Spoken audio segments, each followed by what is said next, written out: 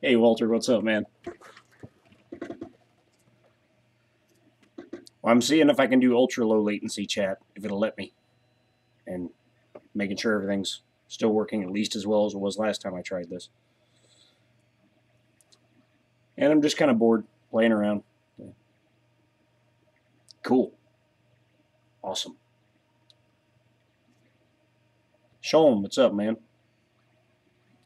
Mike Whaley. And if you guys hear some noise in the background, my son is home. So he tends to be a little on the noisy side. So yeah, I wasn't doing anything in particular. I was just kind of bored, and I thought I would test ultra low latency, see if I could do it. Cool. So I broke the hinge on my passenger side door on the truck while I was trying to do some finishing work on it. And so I thought I'd sit down and just see if I could engineer just a hinge that I'm going to try to, as soon as this print is done, I'm going to try to print one as a print in place hinge. And if it works, see if I can cut the old part out and glue this in. Right, yeah, fix it. I'm trying to fix it, man. I'm trying. And I tore apart the test piece I printed for the functional suspension, but it was working. I tore it apart because I modified some stuff and I wanted to save some of the pieces from the test print. So I don't even have that to show you guys. But it was working. You can see that is a leaf spring, and the leaf spring the leaf spring sits on top of the axle and clips into the underside of the body, which I'm printing. That's what I'm printing right now, is a new one of those, because this one had some problems printing originally the first time. You can see some like missed layers there that just like skipped. I don't know. So reprinting that to test, and I thickened up the leaf springs a little bit. I'm gonna see if they still work, being just a little bit thicker. I think if they still function the way they should, they might be a little bit better being just a tad thicker. The original ones, I threw them in the garbage. They were super thin, but they were very springy. So, but I saved the file, so if these thicker ones are too thick, I can always go back and print more of the small ones, the thinner ones. The leaf springs literally take like 3 minutes to print out a pair, so it's no big deal.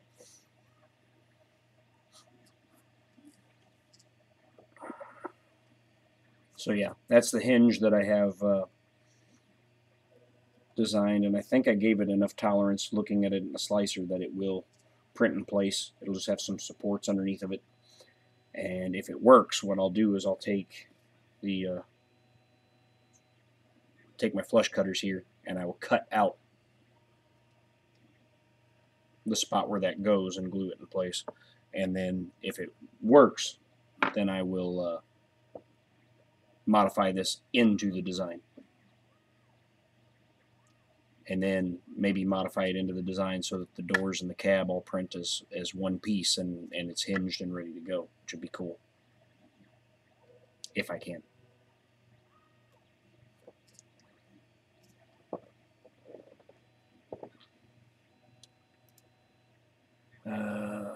Save. Components. Let's call that hinge.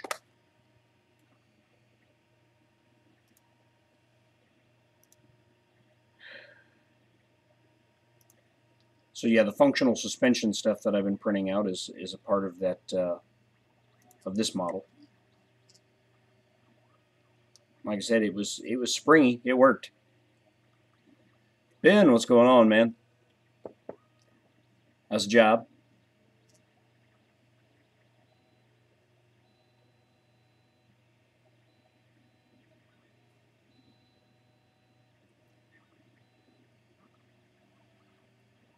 And then having that hinge saved as a separate piece, I'll be able to bring it in anytime I want to hinge anything, and just bring it in and incorporate it into whatever model I'm working on. Rover, what's going on, man? Which is something I've been meaning to do.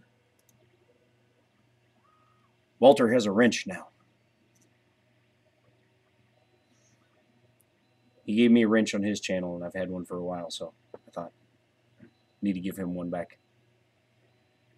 So watch out, Mike Whaley. Walter's got a wrench.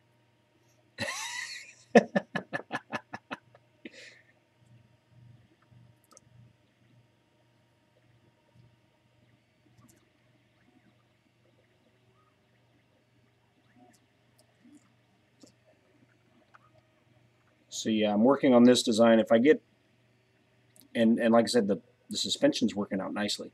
These are actually still the thinner springs that are showing here. I did the thicker ones in a separate layer there. So you can see they tuck up into this spot here on the lower body. They clip to the axle. The axle is constrained by this carriage here. It allows the axle to travel up and down, but the springs keep them down unless there's weight on it.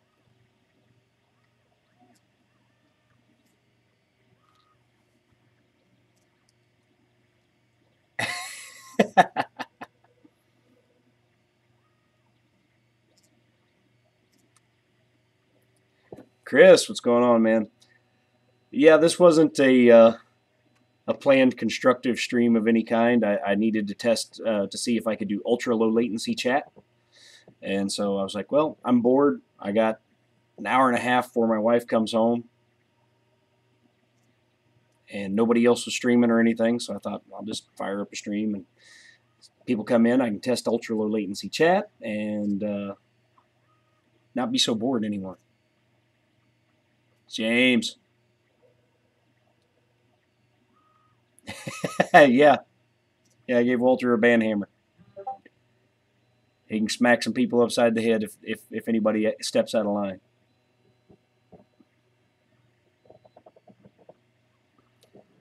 Yeah, I really didn't expect this many people to show up. I guess everybody's just as bored as I was because nobody was streaming. I'm like, nobody's streaming, no one's doing anything. So it's like I'm just gonna go ahead and fire up a stream, see if some people want to come in, hang out for a little bit while I iterate designs and print stuff and just messing around.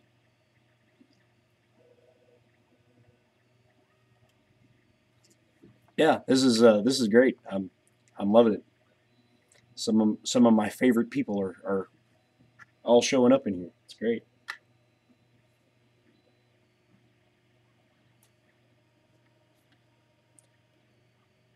This axle, I'm going to change the design on it anyway.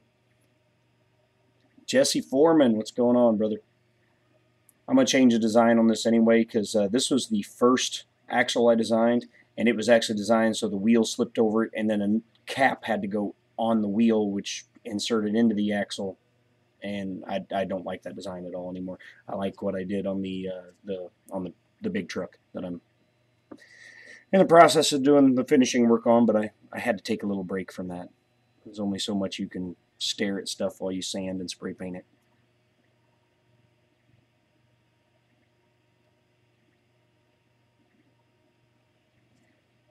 Cool. Well, I'm glad you popped in, Mike.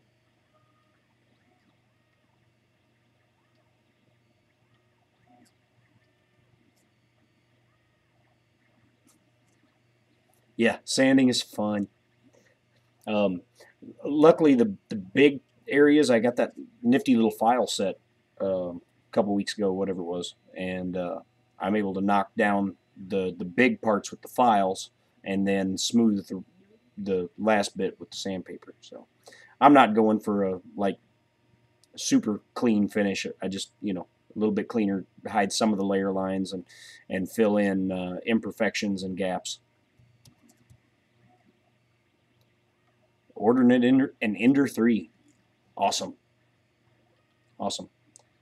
Well, I'm super excited. I haven't heard from him today, He told me he'd know today for sure if we can meet on Saturday, but I'm supposed to meet on Saturday to pick up my CR10S. And then the game will truly be afoot. It'll be on like Donkey Kong.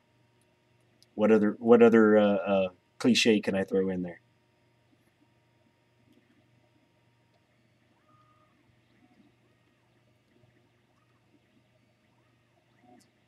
Ender 3 and the S4. Yeah, it'll probably be nice, Jesse, to have a little bit smaller printer on board for the things that you don't want to print that are don't want to print huge. That's why I'll be glad to even though once I get the CR10, I'll still be using the X1 quite a lot. It'll be printing smaller components, and then the bigger components, things like the X1 is being tasked with printing right now, I can move over to the CR10, and that will speed my process up. Because, like I said, I want to test print that hinge, which is only a 10-minute print, but I had already started this print over here. That's a 4-hour print, and it's 68% of the way done.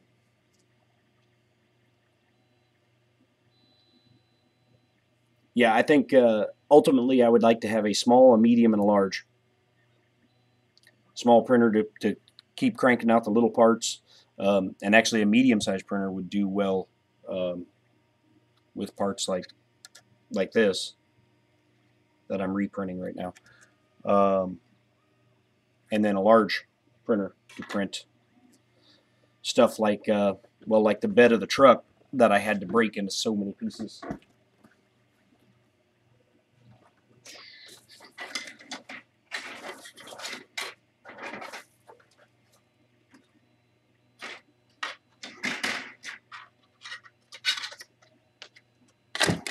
The truck is all completely disassembled right now. So, but yeah, as you can see, this is 4 of the 6 pieces of the bed.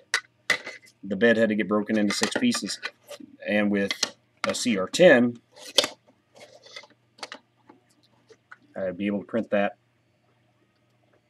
in one piece and save myself some filling, because I'll have to go in with filler and fill those seams and then sand them down before painting, and I got to finish gluing it together, because that's a part I would prefer to have as one solid piece.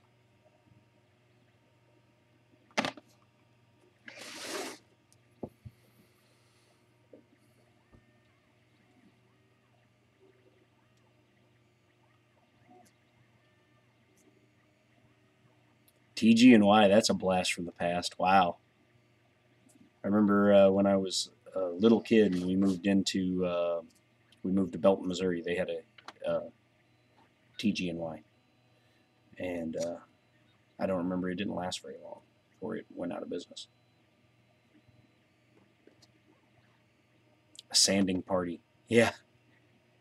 Yeah, you're going to have a hard time finding takers on that, James. Unless they're coming over to sand on their stuff while you're sanding on your stuff. Now, if you're talking about a sanding party, like, why don't everybody come over and sand on my stuff? That would be that's a tough sell.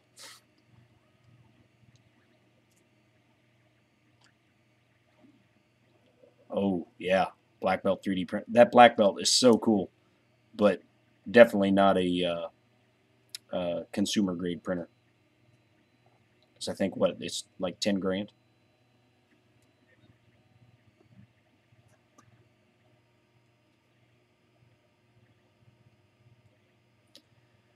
But no, I've been filling, sanding, then using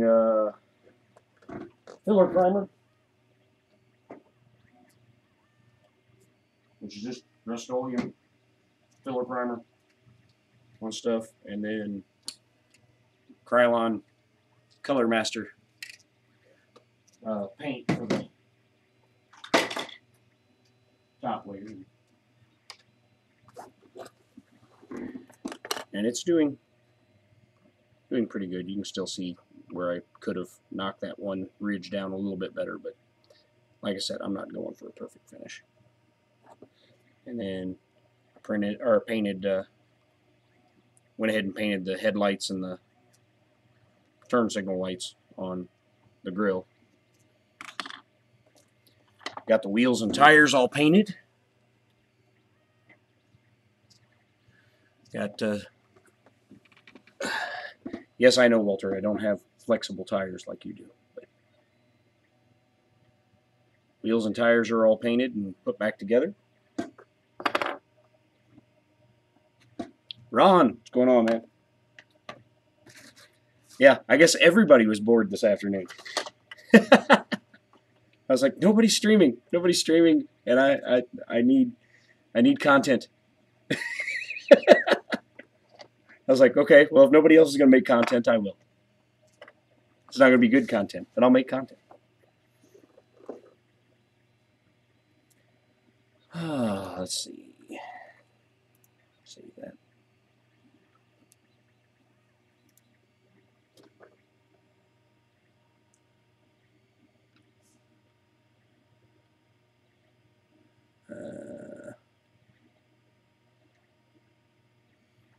So yeah, when I get the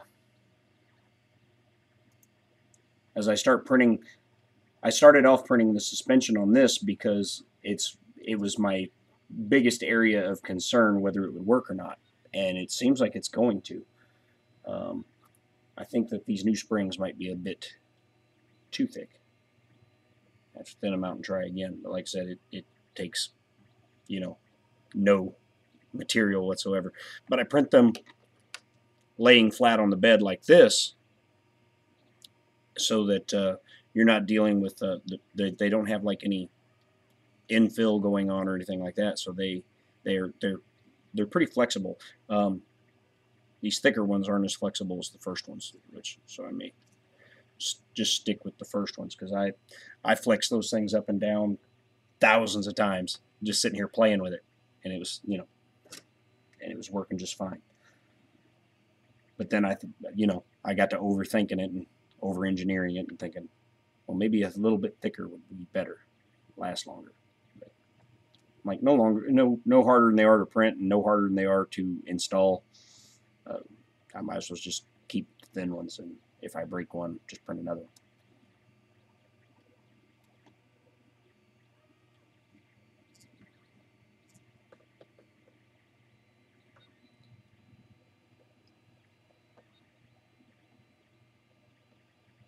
Yeah, I'll be interested in seeing how that comes out, James.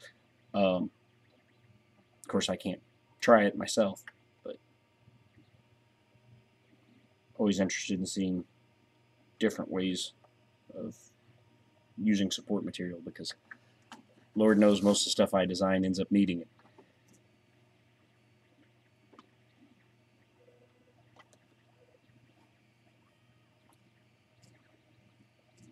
Speaking of hinges, I don't know if I ever finalized the hinges on these doors. I did not.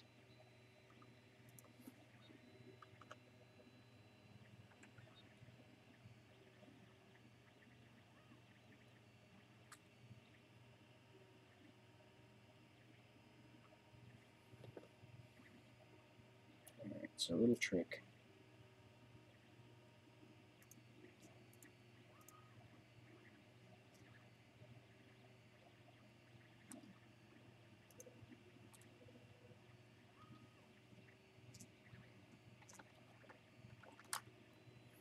Origin to 3D cursor. Ooh, that messed that up. Do that. Oh, that's because there's a mirror modifier on that.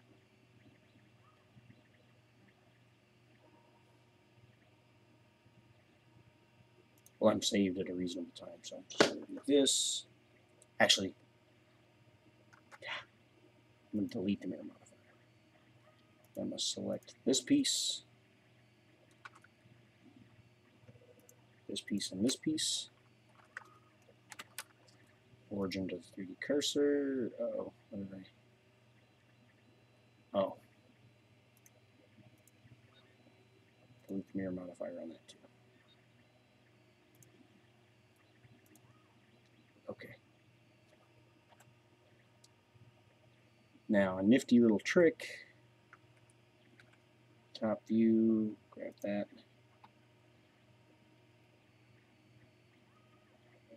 That.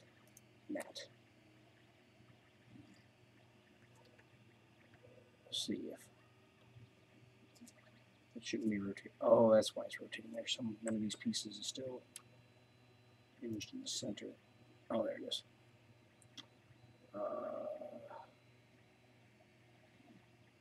Okay, let's not worry about grabbing that piece right now.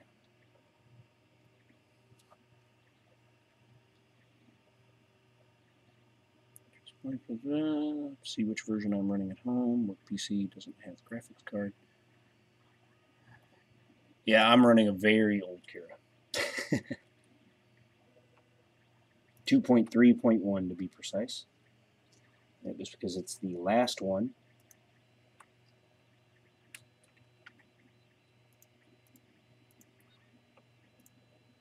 For a 32-bit operating system.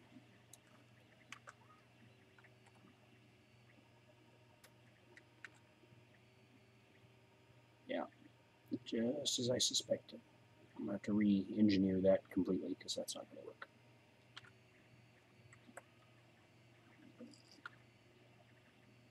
Because when I rotate, that goes straight into the...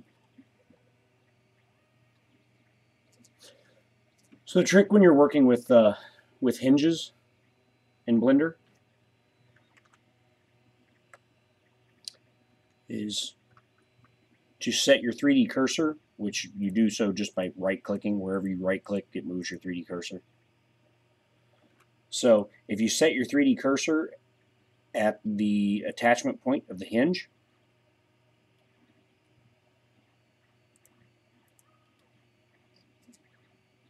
more or less right there-ish. If you set your 3D cursor there, and then you hit Control, Shift, Alt, C, and move the origin point of, like, say, the door to the origin to the 3D cursor, then it moves the origin point, which is that little orange dot, to the hinge point. And then when you go in your top view and you hit R to rotate, it'll rotate on that hinge spot. See how it's turning on the hinge spot? And that allowed me, as I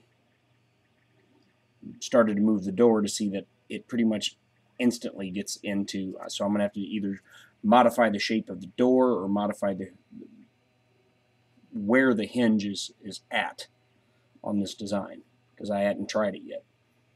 But as you can see, that's not going to work because you literally get the door open that far before it hits the fender.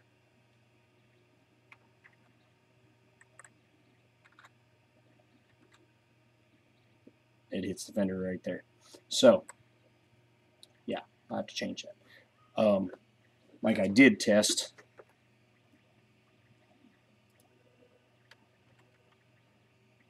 So you can see I put the origin point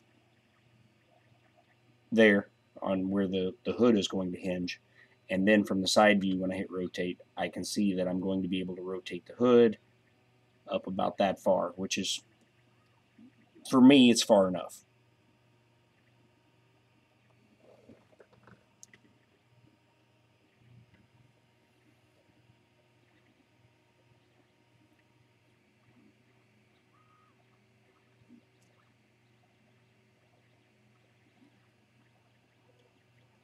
Yeah, the interview with Ivan Miranda yesterday, Walter, great stuff. He's a very inspirational designer.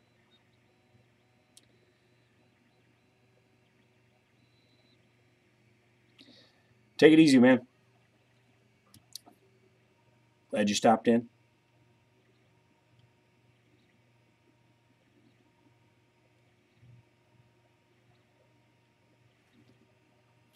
So yeah, you can see moving the hinge point there, I'm able to test when I rotate how far I'll be able to lift that before it comes in contact with something. So testing it, I'll be able to raise the hood that far, and that's, far enough for me. I could go back in and re-engineer it a little bit to go farther. But that's always the hardest part about this is just trying to get that hinge shape right, and it gets there before it hits everything. Unless, of course, you do a more surface-mounted hinge like I did on the doors of the MVS truck, which I don't want to save any of this stuff that I've done here. I'll go back over to the MVS truck.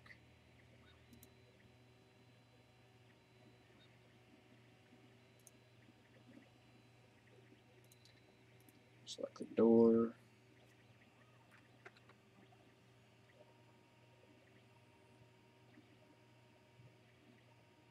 3D cursor right there.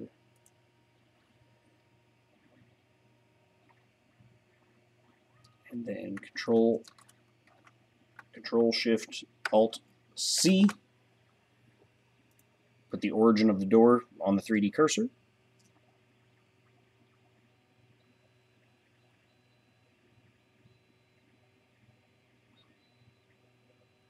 Yeah, I think I could, and I probably will before I get to actually printing it out. Tweak it a little bit. Right now, like I said, I got to totally refigure how and where I'm going to hinge the door on the. But so it's how I did it with the MVS truck, so that I was able to test when I'd open the door, which is hard to see right now from this angle. But as you can see, you know,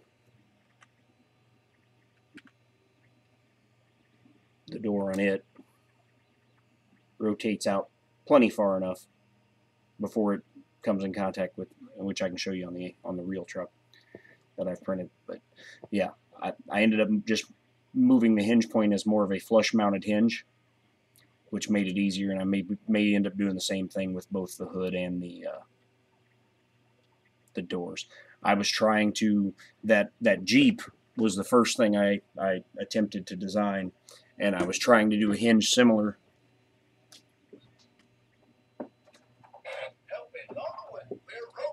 I did not mean to push that button. I was trying to do a hinge similarly to the hinge that they. Let's see if I can get it in camera better there. Similar to the hinge they did on this Tonka. So you can see it's the U shape to it, and then it hides the hinge better so that you don't see anything on the outside, which is what I was trying to do with that first thing I designed, but I didn't get the angles quite right, or I either didn't get the geometry right, or I didn't get the mounting location in the best spot, which I'm limited in where I can put it by the design itself, so I may have to just re-engineer the door completely and not be as picky with not being able to see the hinge when the door's shut like this truck. Which this is I've showed this in past streams before, this is a Tonka tow truck that I repainted to look like Hoist from Transformers.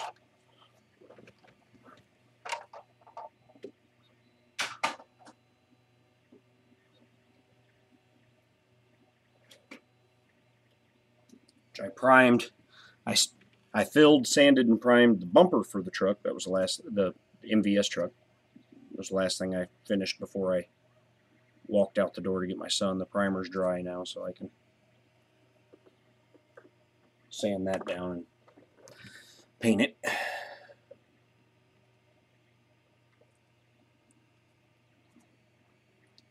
But I'm like, while I'm sanding and painting and priming and all that, I need the printer working on something. So I started printing out the first thing I wanted to test if it was going to be feasible on the Jeep, which was the functional suspension.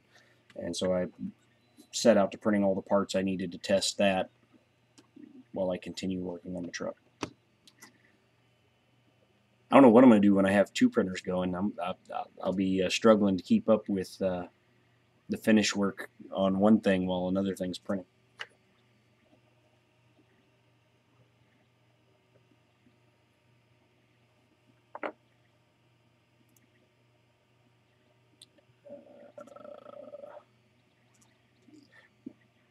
What did I do with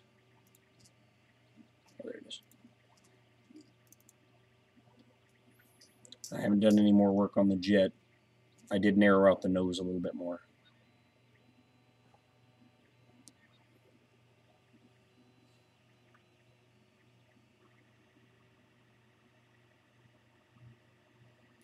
Ooh, yeah, that might be cool. Hinging the door on the roof. The only problem with that, ESV two-door. The only problem with that is there is multiple versions of this. That's not going to be possible because there is a version which I needed to have just saved it on a separate layer so I could have just went from one to the other.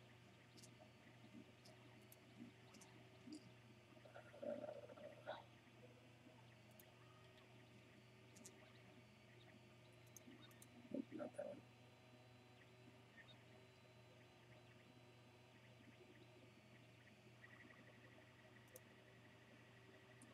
What in the world? How did that get?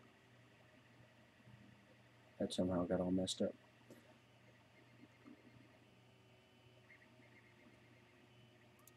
Let's hide that real quick. Let's find where did that go.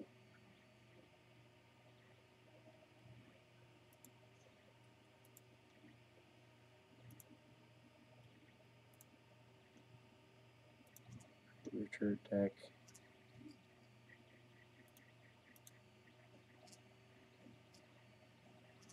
Did I somehow lose it?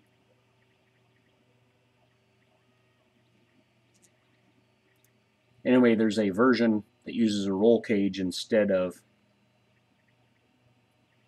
the roof, which those hidden as well.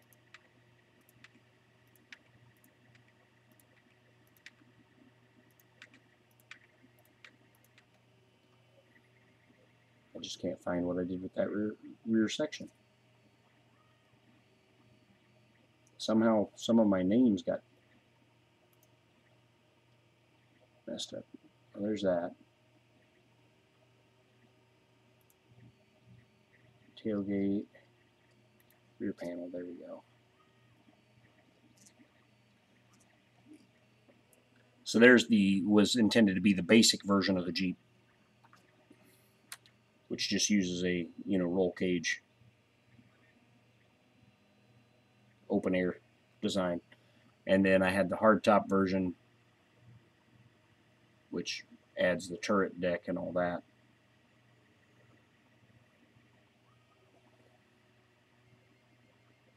But yeah, this actually was the initial design. This was how it all started.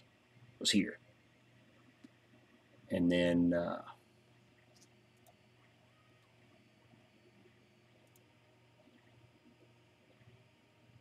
I started modifying the design, added the rear deck, and got rid of the roll cage.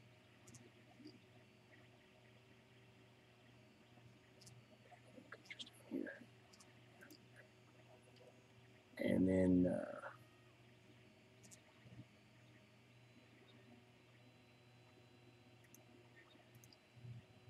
yeah, some of my stuff got renamed wrong. Go in and fix that.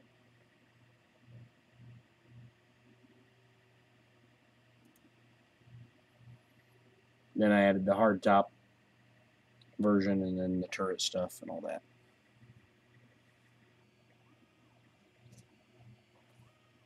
Oh, now that's an idea, Ron. I like that idea.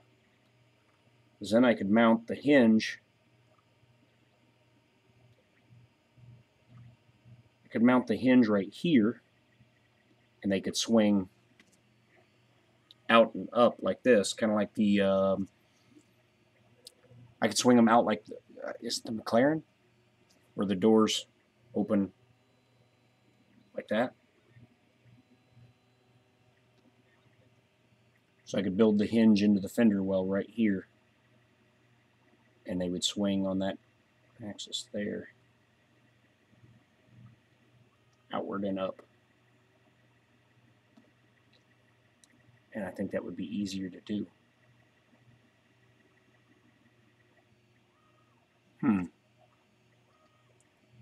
Because the other option would be just to go ahead and hinge it out here on this section here and swing it open there, because the doors do pitch out quite a ways from the top of the door to the flat side.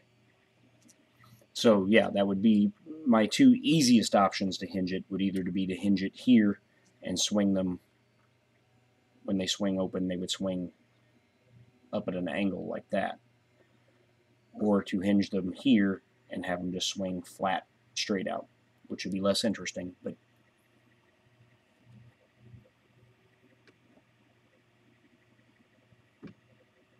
yeah, because to do like Lambo style doors, then I would have to mount the hinge somehow in here so that it would swing straight up,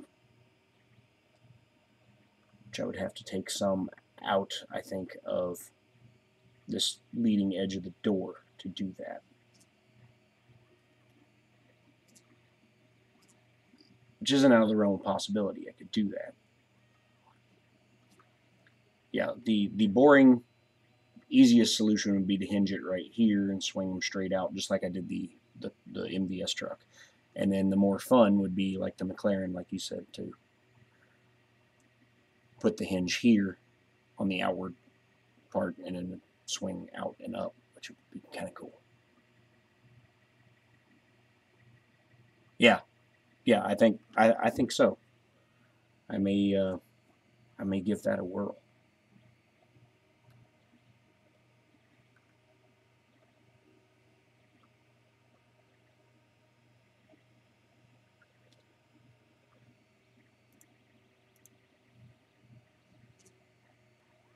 The one that I had the most fun with, it started off as kind of a joke, and then it kind of became an actual interesting version, is the limo version for VIP protection detail.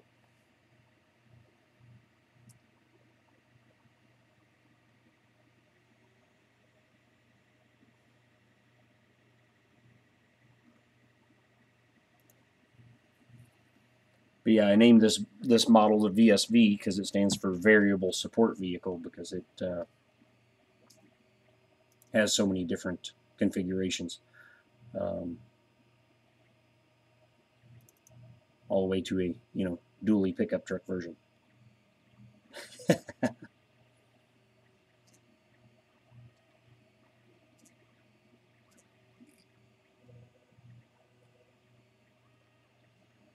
And they share the same door panels and front clip and suspension, which the dually's got some modified suspension that needs to be done, but they share a lot of common components.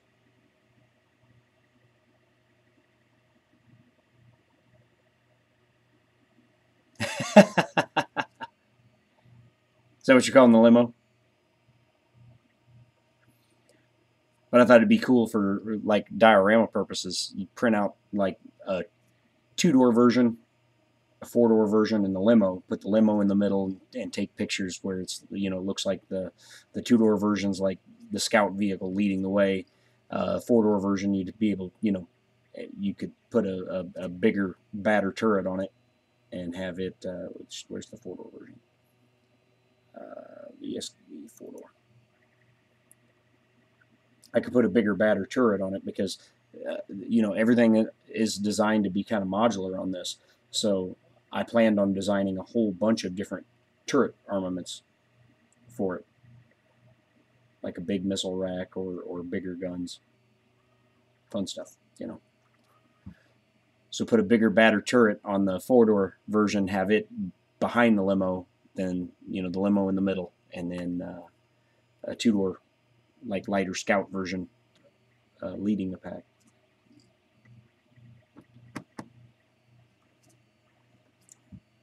That'd be a whole lot of printing and finish work before I'd have 3 of those printed, though. Right, the VIPs are hiding in the back. That's exactly right. And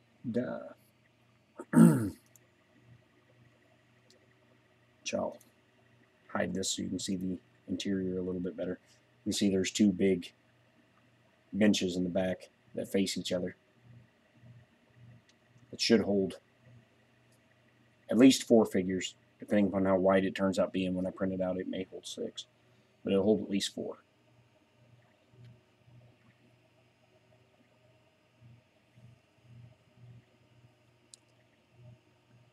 A hot tub. Well, I could, make a jacuzzi back end here instead of the this back end for it. It would be hard to model. In fact, I've already kind of got the shape going right there. I would just have to take that and whoops. Oh, there we go. Just playing around here. Oh, that's because I'm hitting caps lock instead of shift. That's why I'm not sliding around like I'm supposed to be. So now I'm in all caps probably. Anyway,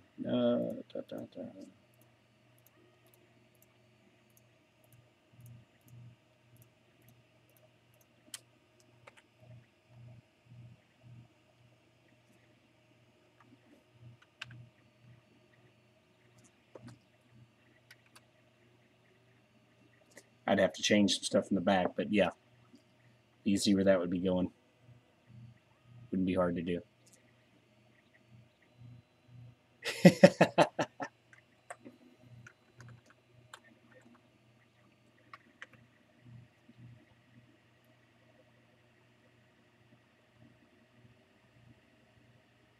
Be easy to model that in the back. But yeah, my functional suspension test, was a success as far as I'm concerned. The PLA, I didn't know if PLA would be able to do it or not, or if you'd have to print the leaf springs in something like the Ninja Flex Cheetah, stuff that's more solid than the regular Ninja Flex, but still flexible.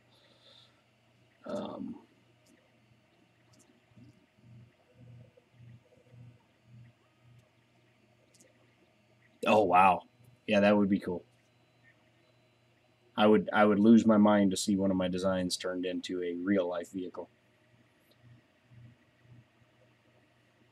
But this is this was all born from that simple little Jeep. Once I got it done, modifying it to do other things was simple. And using shared components, it just I think I knocked 3 or 4 different versions of it out in one day.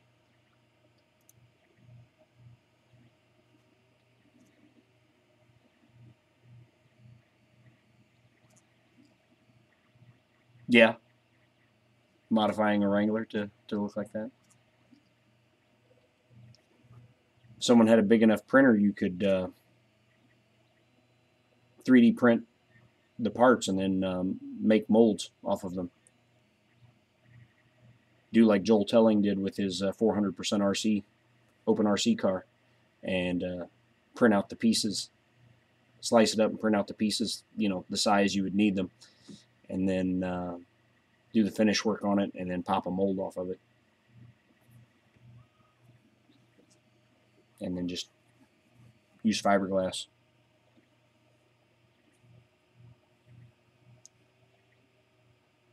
Yeah, it absolutely would work.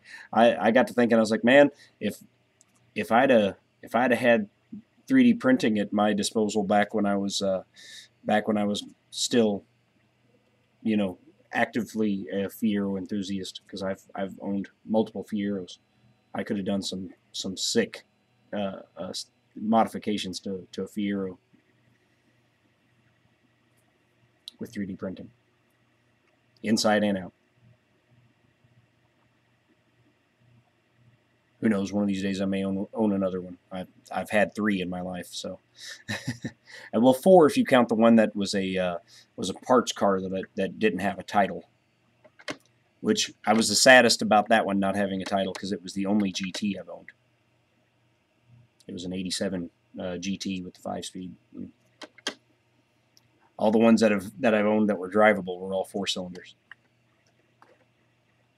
So I've never owned a drivable 6-cylinder Fiero.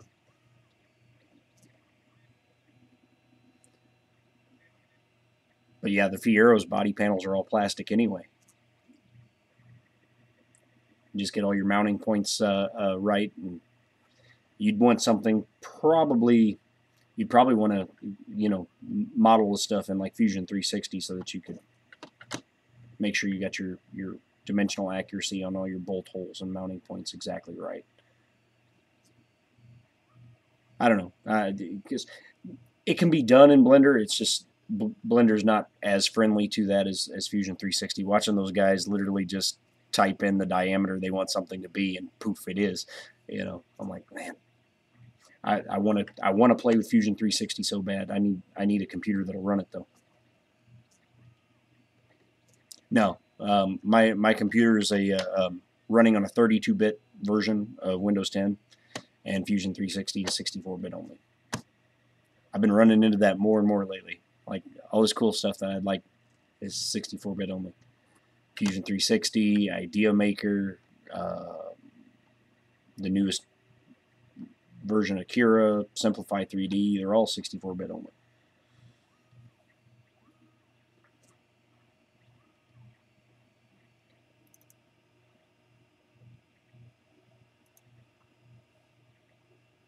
That's not it.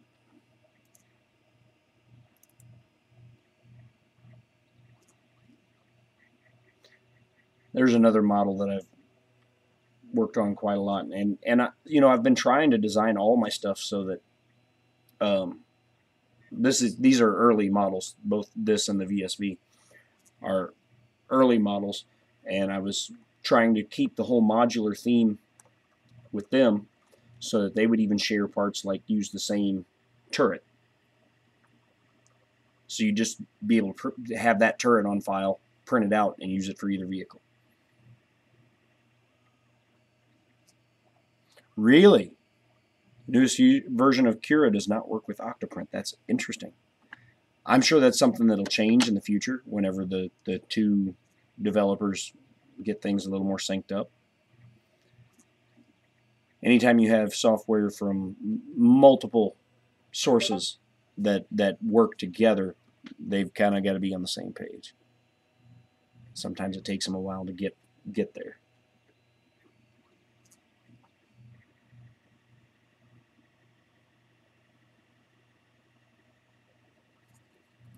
These were still tacky about an hour ago, but they're not feeling so bad now. I pressed them together while they were still tacky because I was like, I knew the paint would interfere with what little tolerance there was anyway, mating them up. So I was like, in case as I'm pressing them together, they need to squish the paint a little bit, it's okay. I can do it while the paint's still soft.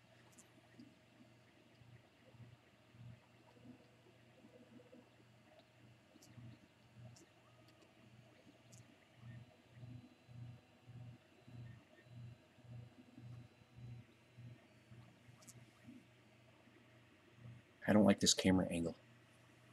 I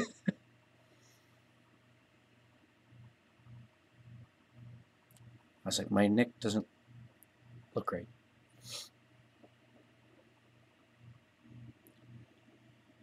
Which I probably should have put my extension cable back on this before I started this stream so I could see if it would work with my extension cable.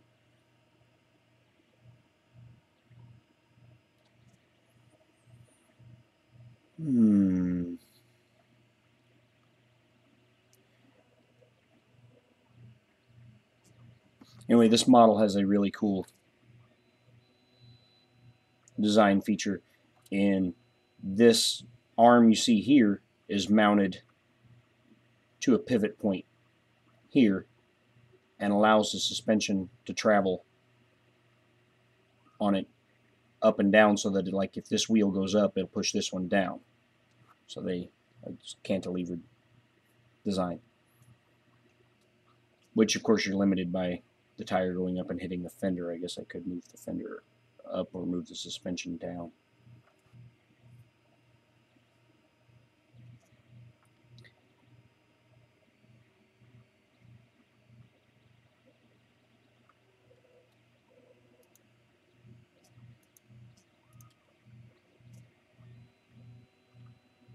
What the?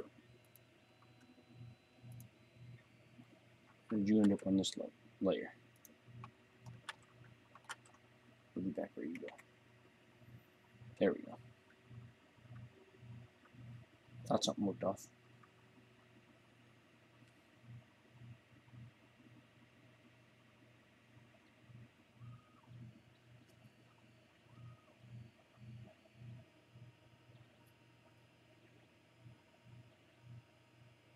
Yeah, Joe Mike does some great stuff. His, believe it or not, his 2-minute long video on the secret to T-nuts, like, it was a lifesaver when I was trying to put the X1 back together.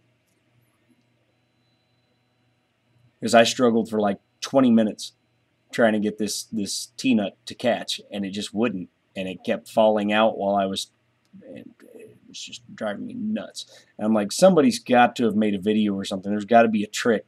And I googled the trick to T-nuts, the trick to putting them in, and the first result that came back was Joe Mike Terranella's video, literally called "The Trick to T-nuts."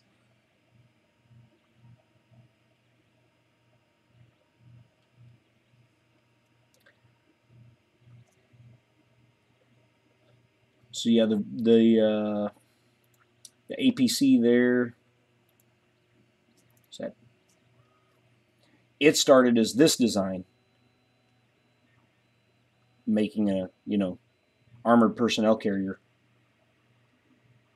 and then I thought, you know what, that kind of reminds me of those what is it called, the truck the military uses that has the two wheels are up close together up front, and they modify it to do everything as far as modular design goes. That was an inspiration. So I was like, I've even seen it like towing trailers and stuff. So then I went, okay, well, I'm going to go back and do exactly the same thing they did, which led to that.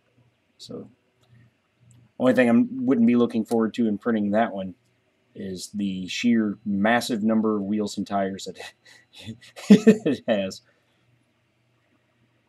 But I'll get around to it eventually, finishing this design and printing it out. I'm like, I need to finish one design at a time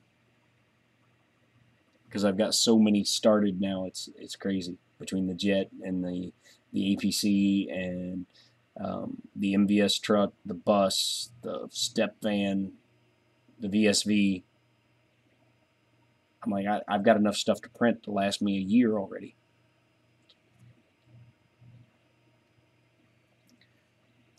But I thought in this configuration it'd be cool. It could be like a tank hauler, which that was the reason I asked Ivan Miranda yesterday about what sort of issues he ran into with the tank treads, because I want to design some tank tread vehicles, some tracked vehicles as well, and that will open up even more stuff, because then I could do a half-track version of the VSV. And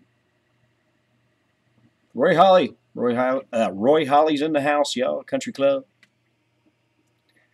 And the Country Club is awesome. It really is great to hang with you guys and be a part of the community and all that. And it's so funny because I don't even remember how I ended up on the first video of Walter that I ended up on, but I think I was on a stream with, I want to say it was Glenn, and he said Walter was going to be, or that Walter had gotten his Mark III in and was going to be unboxing it. And so I went and found that video, and he was unboxing his Mark III.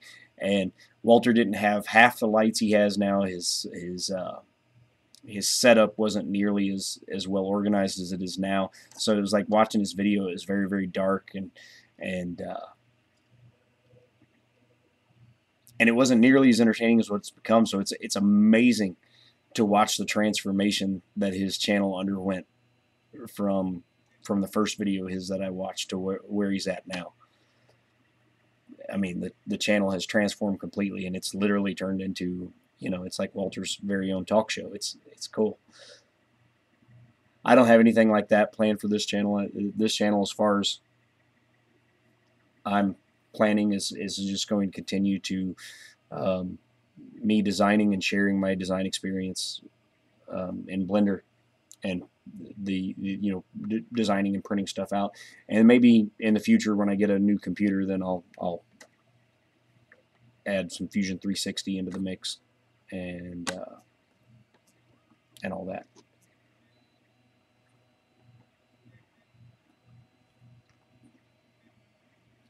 Because I imagine designing in one program, if I can design in one, I can figure out how to design in another. Thank you, Roy. I appreciate that, man.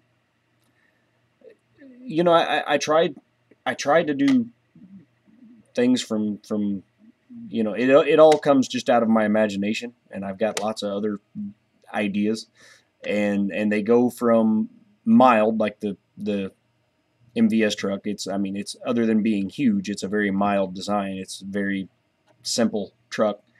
The step van, very simple. The transit bus, very simple. To things that are a little bit more wild, like the VSV and then this APC. And I'm not sure what to do yet as far as it's all concerned, as far as the designs. I was kicking around having some designs be like Patreon exclusives. Continue to share the more simplistic designs with Thingiverse, so that like the MVS truck and the MVS bus and the step van and that sort of stuff. Continue to share that publicly with everyone on Thingiverse, and then maybe some of the more complex, much harder to design and get right things like this APC, make those files exclusive to Patreon's supporters. So I don't know. Just trying to think of a way that could turn around and support the channel, and also give me some drive to design more stuff. Because if I know I've got people that are supporting the channel, it'll give me more reason to push out even more designs than I'm doing now, and to push them all the way through to completion. Like I've got the VSV that I'm doing some test printing stuff on right now, that I've still got to finish up. I got to finish articulating the turret. I got to finish hinging the doors. I may have to re-engineer a little bit the hinging of the hood. I need to design, since I do have a hood that lifts on it, I need to design an engine for the engine bay. Because as it sits right now, it's just an empty box. So the hood would open to it, it's like a trunk, but in front. But what I thought would be cool there is I could design something that's literally just like opening the hood on on most of your modern cars anymore, where it's just a mostly flat, some curves and whatnot, but everything's covered in plastic shrouding. But I could design then, diesel, V8, V12, and they would all just, whatever, they would just be changing the design a little bit, and it would be a hollow thing that literally you just glue down in there. It should be quick to print and not use much plastic, and be a nice final touch. I don't think I need to go into detailed engine blocks and all that kind of stuff.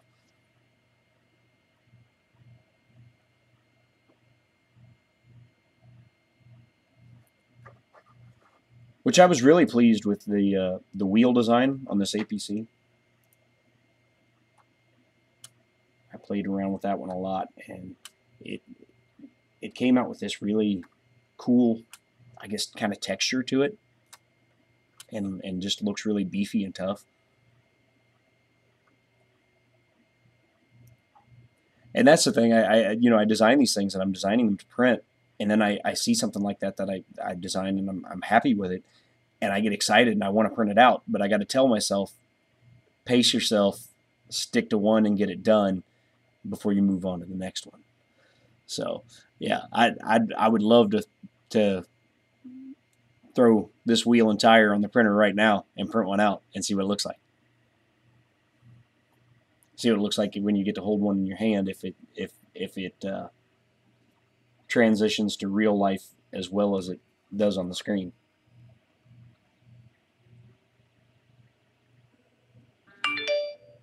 But I was overall very, very happy with those. Which, like this, talking about stuff that's not complete, there's no interior yet. There's nothing in the canopy. It's just empty. And there's nothing connecting yet, connecting the trailer to the... But I did actually begin designing anyway, the connection point for the trailer. I still need to flesh that out a little bit better as I design the actual peg that will come off of the trailer. But yeah, this is literally the same vehicle as that, just using a different back end from like here back, but everything else is shared as the same. But it takes on a totally different look, a totally different feel.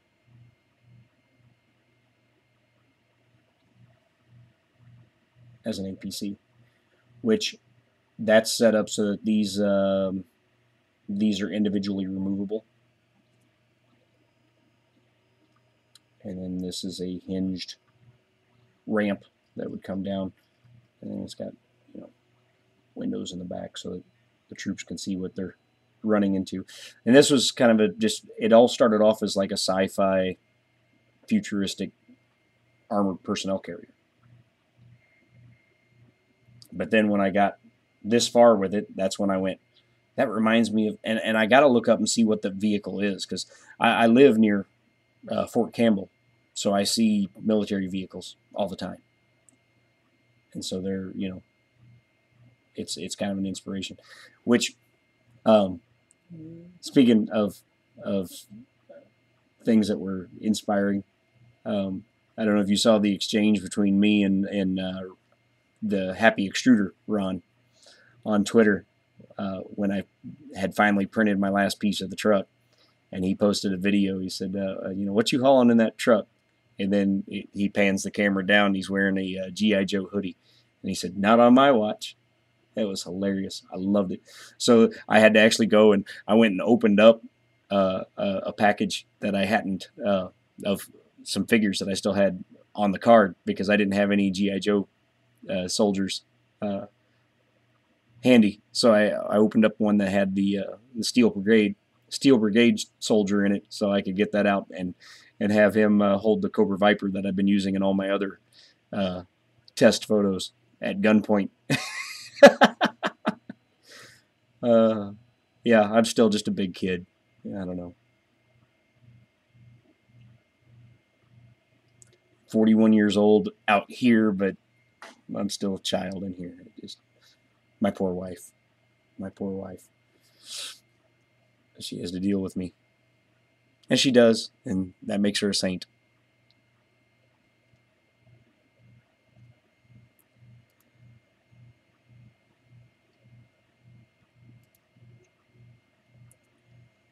And this one was my first attempt at any aircraft. And since I've gotten even this far in it, I've got like a half a dozen more aircraft design ideas in my head now, just in what I did through this, which got them hidden right now. I even designed some Macross style boosters for it. If any of you guys watch any of the Robotech stuff. I was like, well, that might be a little close to copyright infringement. I guess they're not exactly like theirs, but there's some similarities for sure.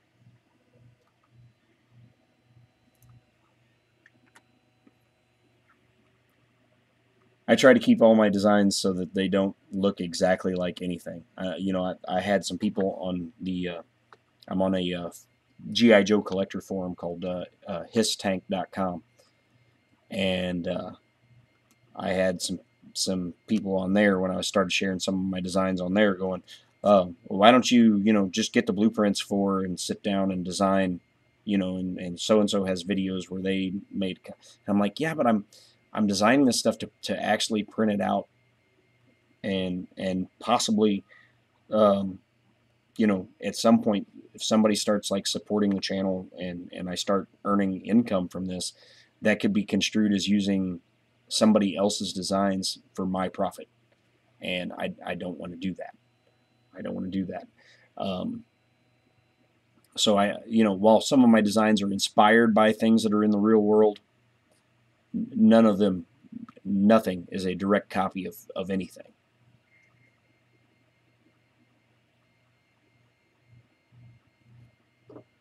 All of my designs they may be inspired by other things, but came directly out of my head.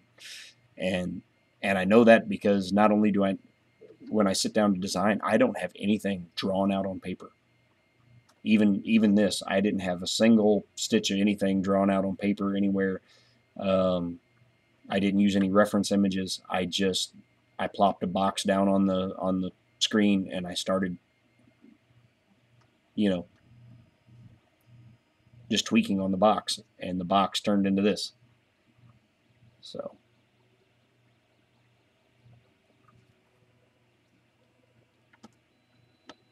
I don't know how many people are still watching, but it got quiet.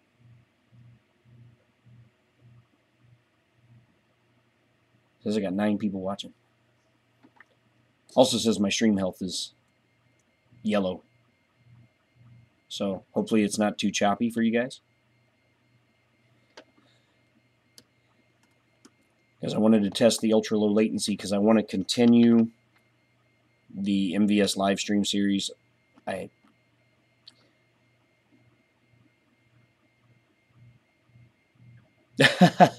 And knocking on my door asking me, yeah, probably not.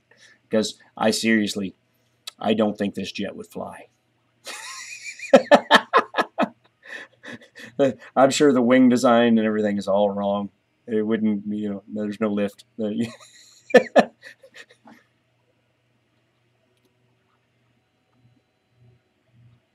Sounding good and video is good. Good, Robert. Thank you. Thank you. I needed to know that.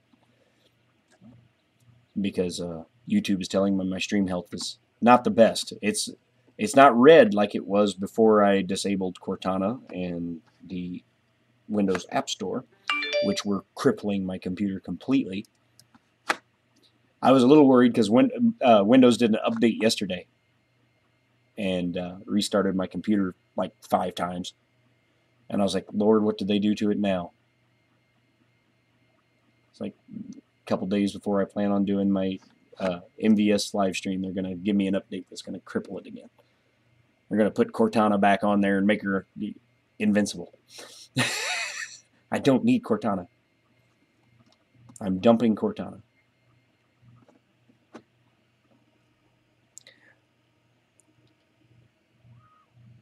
I may attempt to put my extension cable back on my camera so that I can move it back over here where I want it.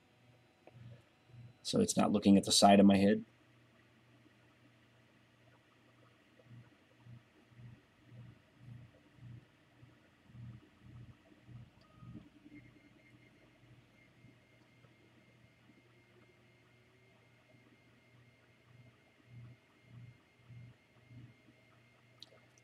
But yeah, it's like just designing that jet, I started thinking, man, I could design, it's like this is obviously a fighter, but I could design a bomber. I could design a transport plane, which I don't even think the CR-10 would be big enough for that.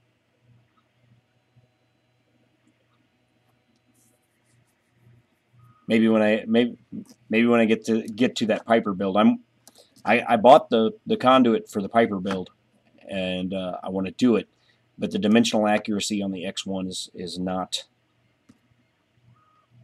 is not quite where I need it to be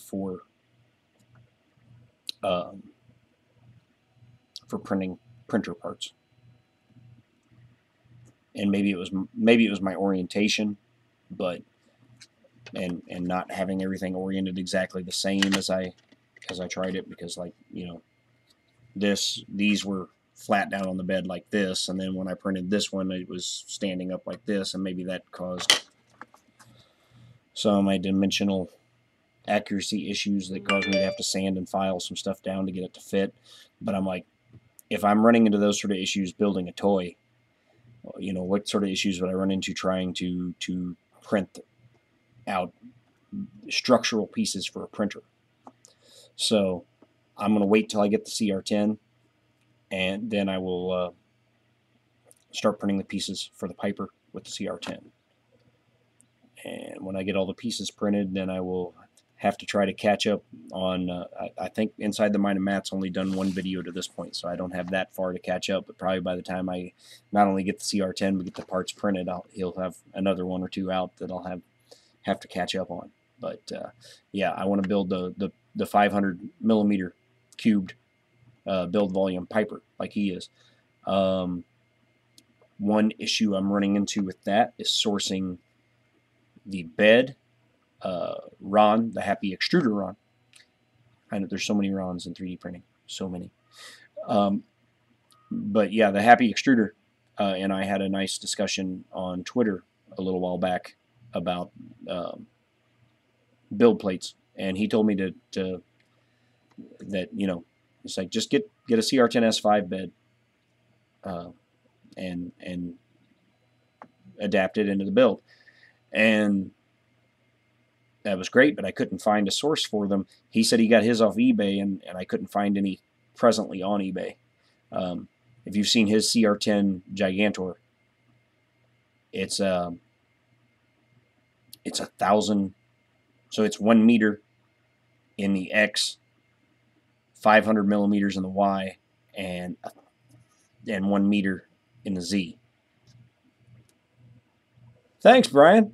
What's going on, man? Haven't seen you around in a little while. I've seen you put out a couple videos recently. I haven't had a chance to watch them, but I did see you put a couple out. Yeah, there's some people here watching. I think a lot of them have tuned out and just left it running so that I get the viewership time, because there's not very many people talking. Time lapses, cool. Okay, yeah, I hadn't watched them yet to see what they were. I was like, but I seen you put a couple out, and I guess I could have done that today when I got bored instead of I could have caught up on some content. But I was like, I was hoping somebody would be streaming. I was like, I need interaction. So yeah, nobody was streaming, so I was like, I'm gonna start one, and see if some people show up and we can chat. So yeah, you haven't seen the jet yet, I guess then, Brian. Well, there it is, and this all just came straight off the top of my head. I woke up ill one morning, and it was like 3 o'clock in the morning, something like that, 3 or 4, I forget which. Anyway, I sat down and I literally put a box on the screen, and then I just started pulling and shaping on the box until I ended up with this.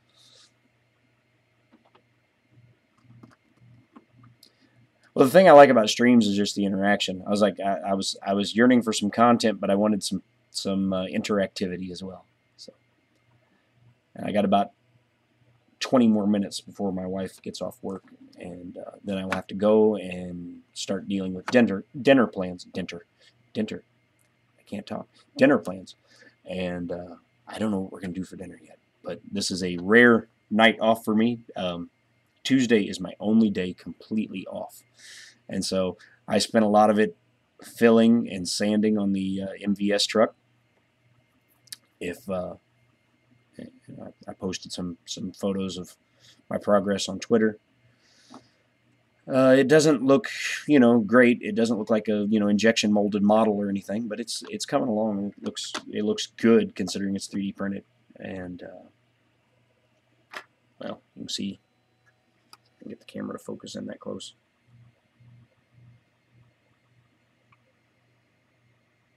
Which I'm disappointed in this paint. It was supposed to have a satin finish, and it's way glossier than I expected it to be. There's the grill. The wheels and tires are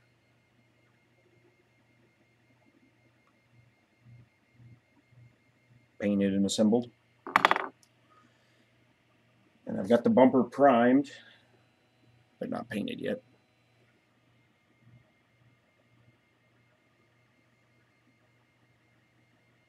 So bumper's primed. It's going to be painted next.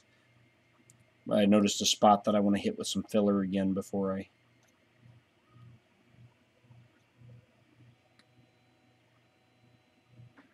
do the painting. The filler I've been using is actually wood filler. I went to Walmart with the plans to buy the Pro Bond stuff that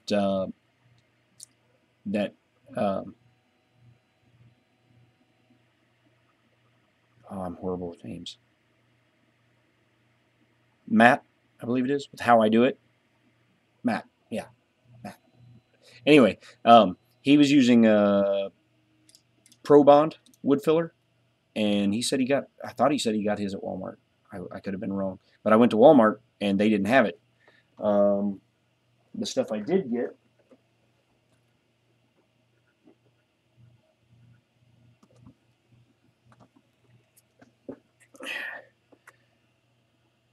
plastic wood. But it's a real smooth, just real smooth putty. It goes on pink, but then when it dries like wood color, and it sands super easy and super smooth. And then when you shoot primer over the top of it, it's a solid, solid as it's going to be. You never know the difference, and it knocks all of those gaps, and if you just do a real light skim on it, it knocks all the layer lines out, and it barely uses any of the filler. It's pretty good stuff. I've been pretty impressed with it. Goes on real easy, sands off real easy, and my print finished. So I got a mile of supports to remove.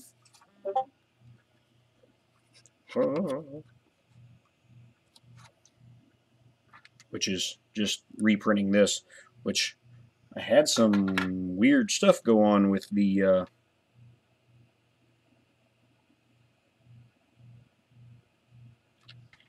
support materials, but that's coming off anyway.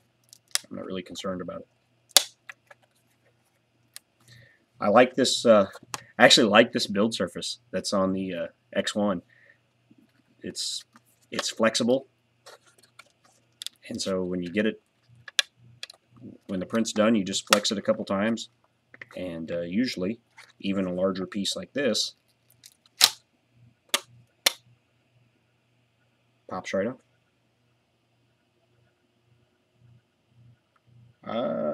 Yeah. So where is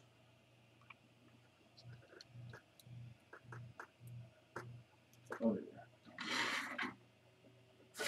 You're behind the cab.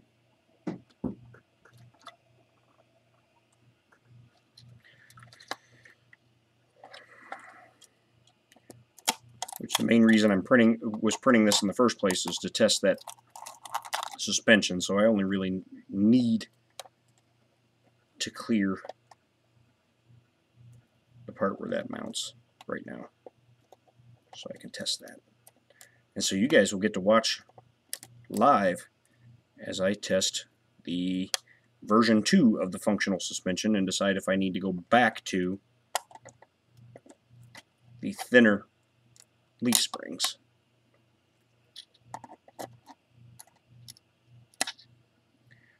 Which my gut feeling right now is telling me yes, I need to go back to the thinner design for the leaf springs. But we'll find out. here in just a minute, as soon as I remove the support materials around where the suspension mounts.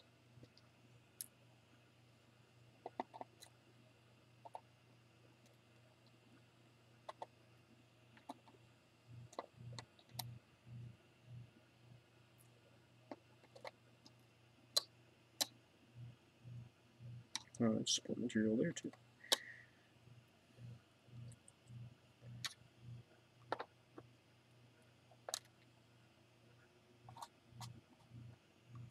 Okay, so that's all removed.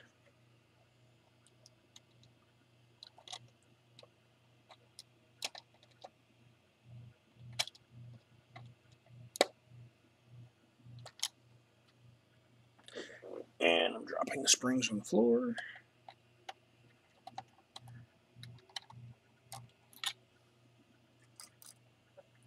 Yeah, I think, you know, I end up getting most of the things I need, but the body panels and stuff like that would be so much nicer to have a large printer, and that's why I'm glad I'm getting one finally.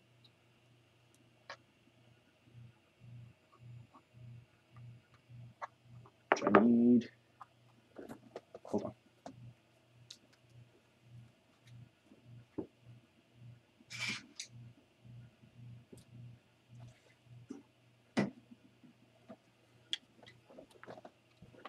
Talking about dimensional inaccuracies.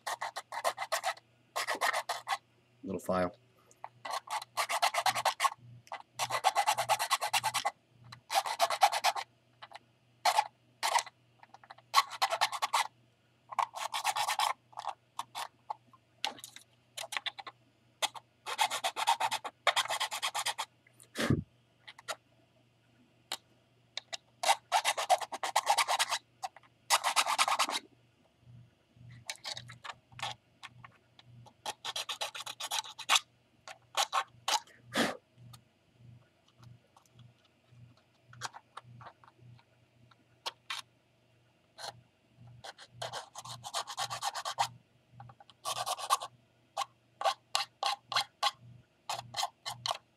All right.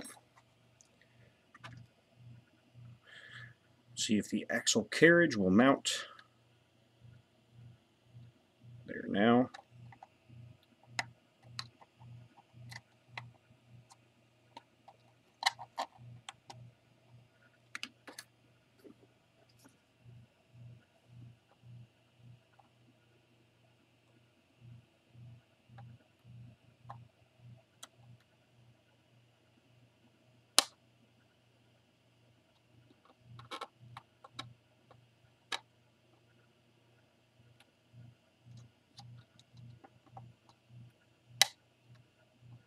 I need to invest in a deburring tool.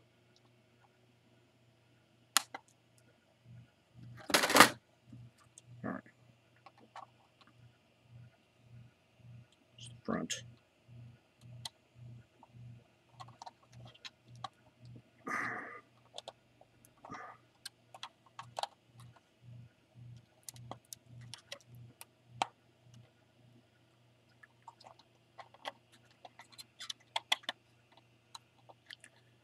All right.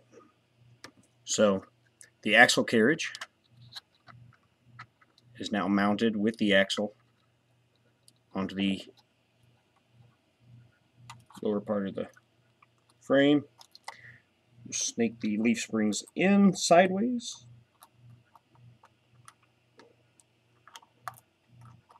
Stand them up.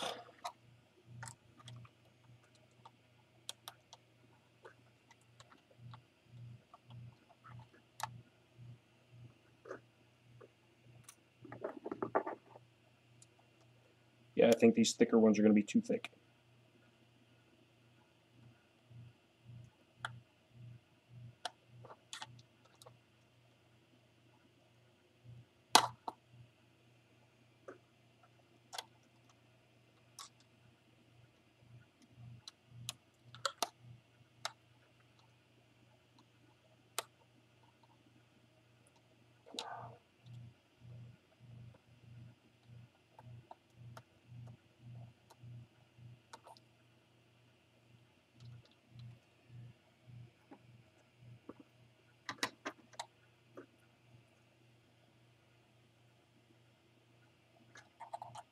but the leaf springs are real easy to modify and reprint. I think I like the...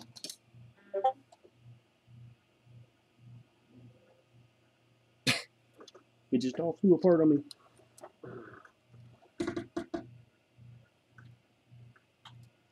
I wonder if I just put those in first. Let's try that.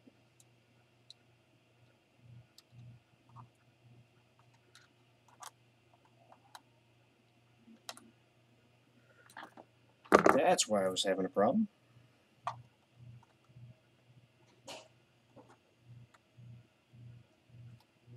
There's some material down in.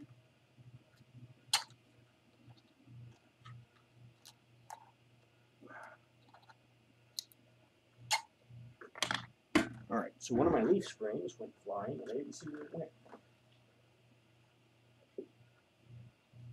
So you can laugh at me while I'm crawling around on the floor looking for a tiny leaf spring. I found it. Grown man crawling on the floor.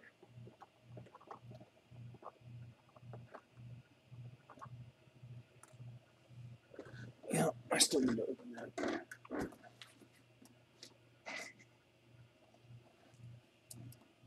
Or maybe.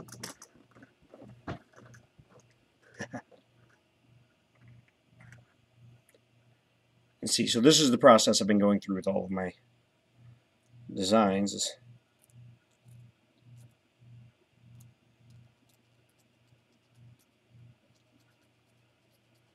And that's how I know I need to iterate some stuff, because it doesn't come straight off the printer and go together.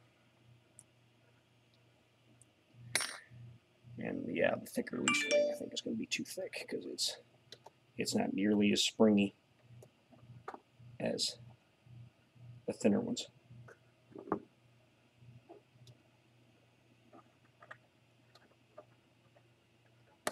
Which the fact that it's not as springy is telling me it's going to be less flexible and more brittle.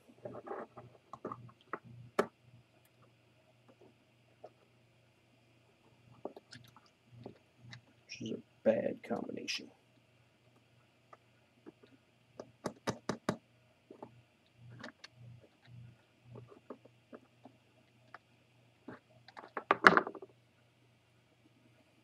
Alright, so the axle lines up there.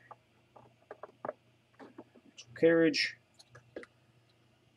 Alright. Here we go. Face it towards the camera so you guys can see. Yeah, they're too stiff. They spring a little, but they don't spring like the version 1. So, how much time do we have? I've got 10 minutes. I doubt that's going to be enough time to do another one.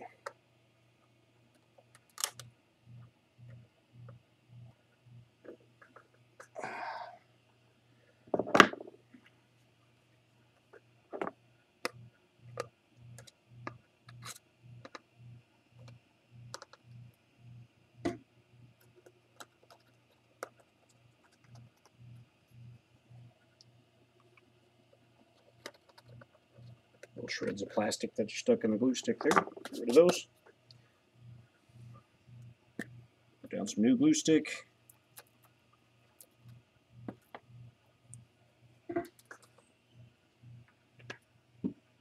Let's go back to version 1. The leaf springs.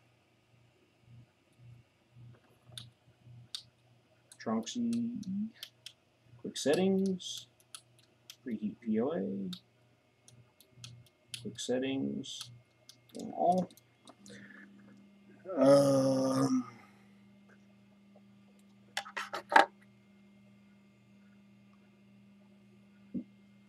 Yeah, I'm trying to make this work with PLA if I can. Which it seems like when I went with the thin springs, they worked great.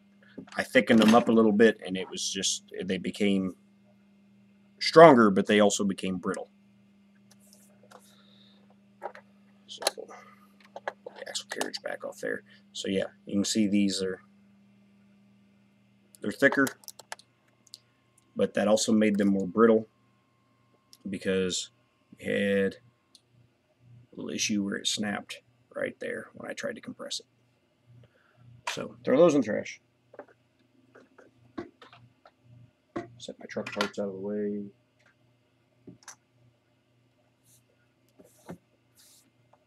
Support material in the trash. Oh, actually, I gotta unplug my printer for a minute because I gotta put the leaf springs on the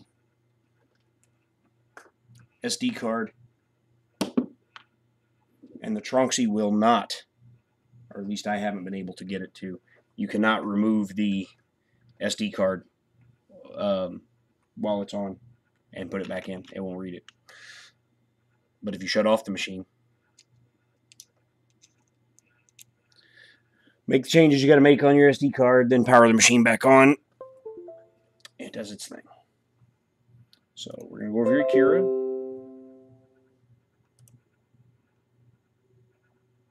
We're going to clear the build plate. File, 2-door. We want leaf spring version 1.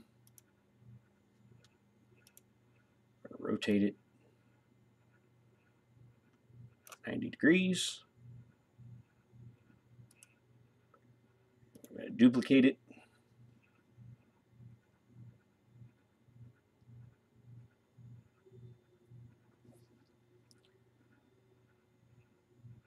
Save to removable drive. Actually, I should have done that hinge while I was at it. It's under the BS truck. Hinge, open.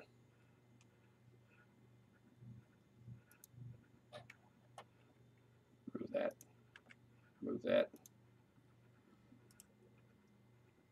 Duplicate model.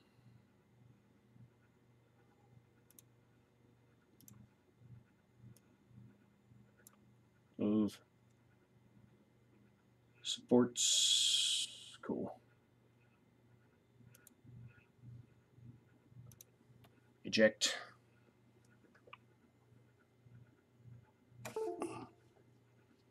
Yes, Rover, there's a Hobby Lobby about 4 miles from me.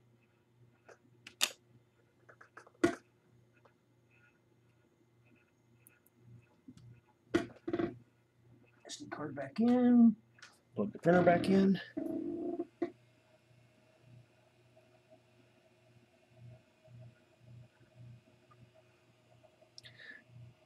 Yeah, Brian, I know ABS is more flexible, but the problem is the Tronxy X1 does not have a heated bed.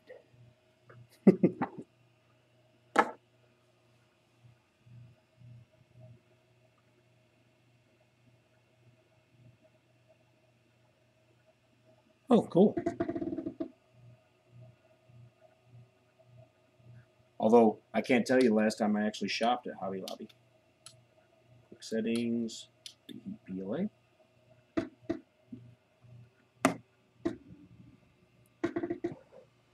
So bring you guys over here with me.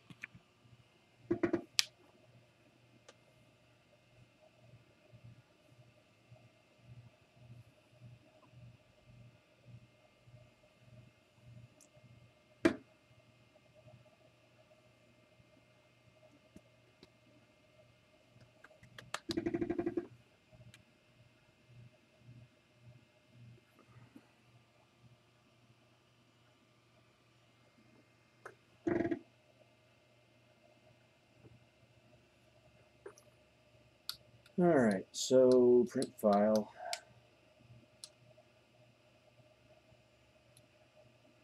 Down.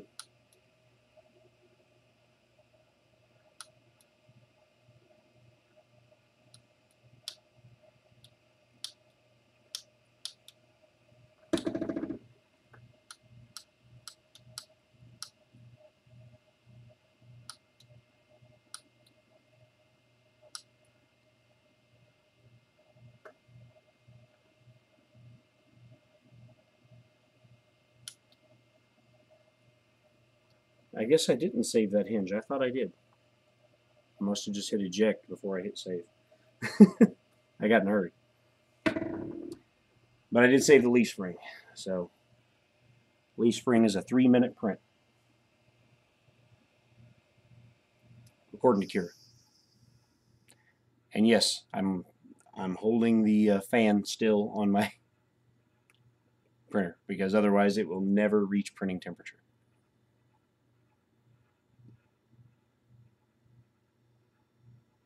Because the cooling fan blows a little bit beyond where it should, and it will never let it get up to the temperature to actually start the printer.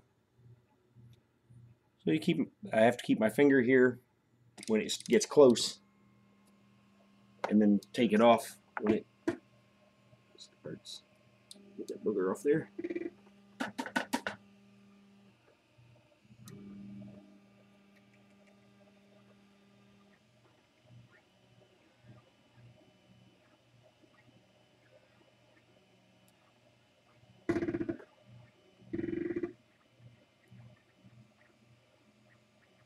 That is definitely printing not what I told it to print.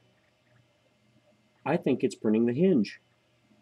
And it was very clearly supposed to print the leaf spring. It didn't even show me the hinge file. Okay, well, I need the hinges too, so I'm going to let it print. Seriously? Seriously, Tronksy?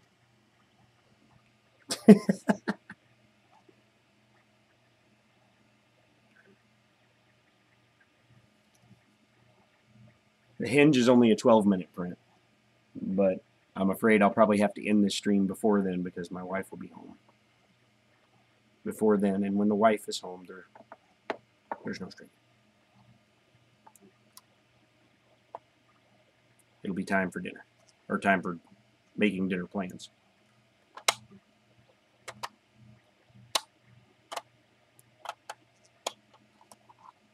I'm going to take this opportunity while that's printing to break my axle carriage. That's what I'm going to do. God bless America. I did. I just broke my axle carriage.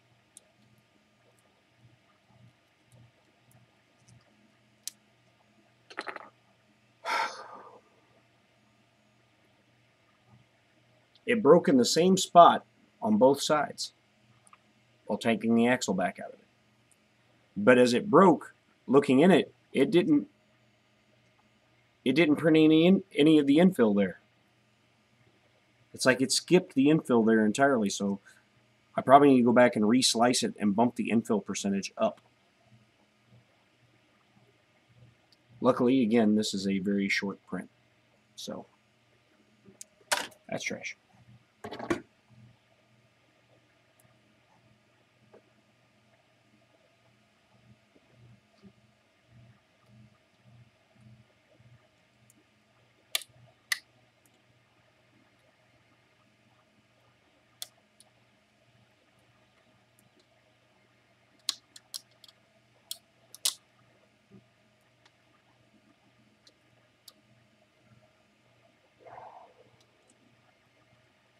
I'm just having one of those days, guys.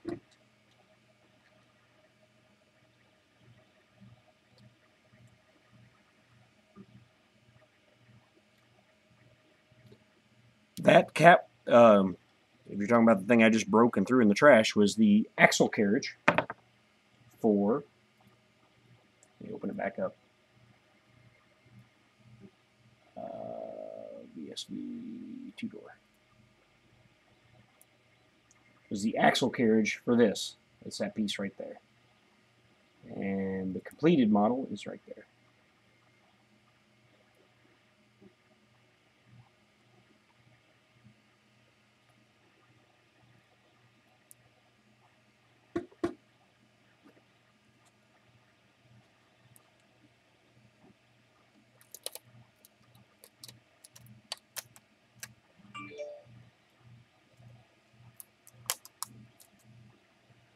But then I broke it, so now I have to print another one. And like I said, I think I need to reslice it anyway and bump the infill density up, since it is a part that will take some stress. because I think I printed it with 15% infill, which probably wasn't enough anyway. But it's not much filament, and it's not much time. It's a 12, 15 minute print, maybe be a little longer with bumped up infill.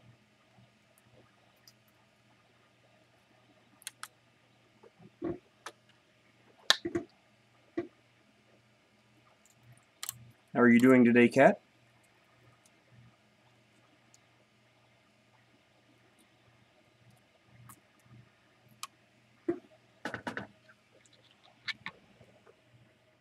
I'm removing support material.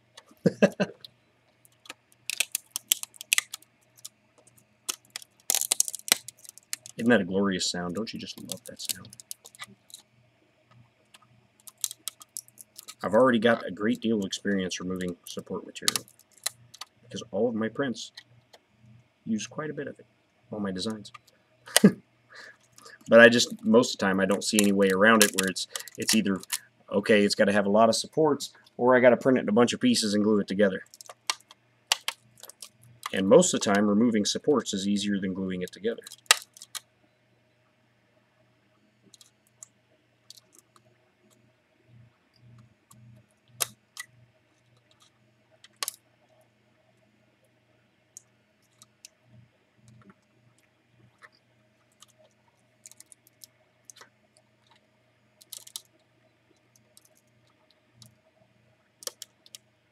Nice. That is a very nice color.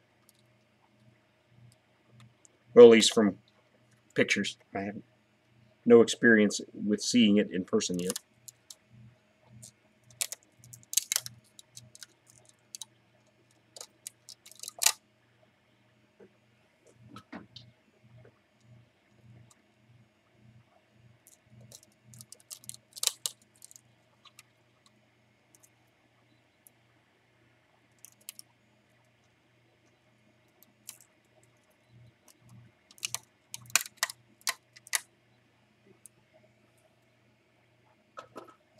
Sometimes I forget what the model looked like underneath the support material, and I have to stop and think before I grab a hold of something and start torquing on it.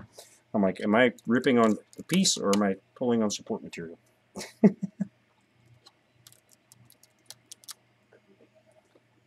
Better to stop and think and save myself the reprint.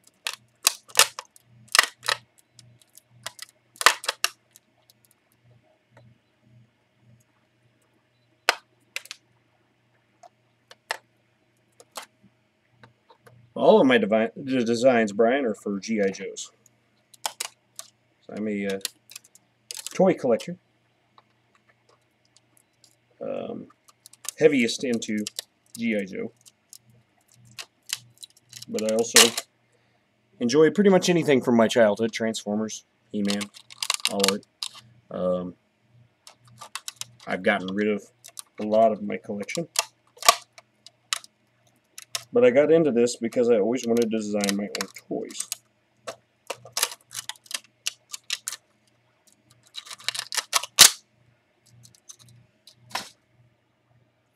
This support material is being particularly a pain in the rear.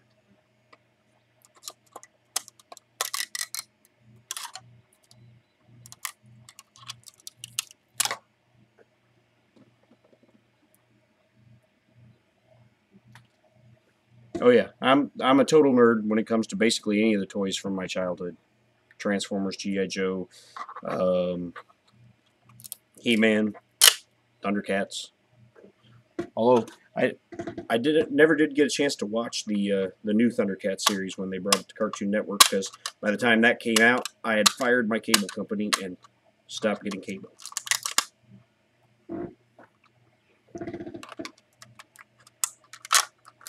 Because 90% of the time I was watching Netflix and Hulu and stuff like that, and didn't see a point in paying the cable company $200 a month anymore.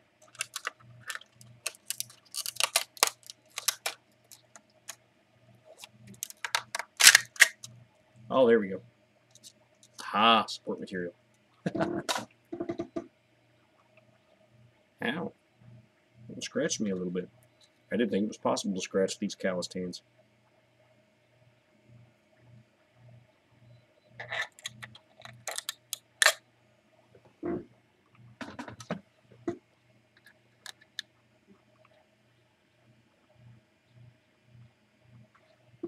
Yeah, I saw they've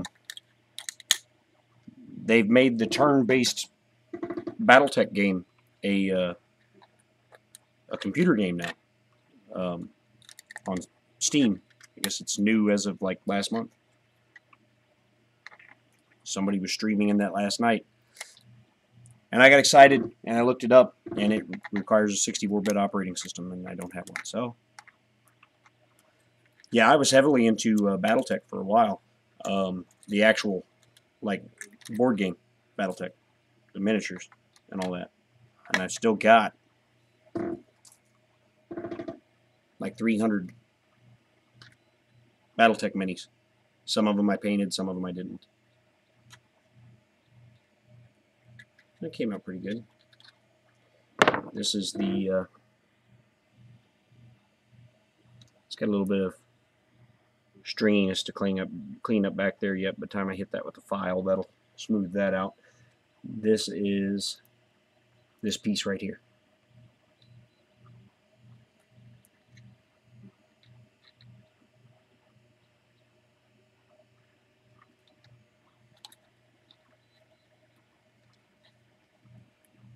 Yeah, I shudder to think how much all that is worth right now, my BattleTech collection. I wish I could find somebody who was still active in the game that would like to just take them off my hands at a reasonable return on investment. Because I've got miniatures that have been out of production for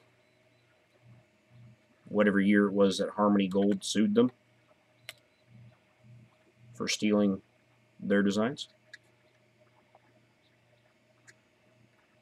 And Harmony Gold sued them for copying the Veritech stuff and the Destroids. Robbie Mack, you do. You know someone who still plays classic BattleTech. I still struggle with calling it classic BattleTech, because to me it's just BattleTech. But the company officially changed it to classic BattleTech when they released what BattleTech players jokingly called Clicky Tech. It was the MechWarrior Dark Ages stuff.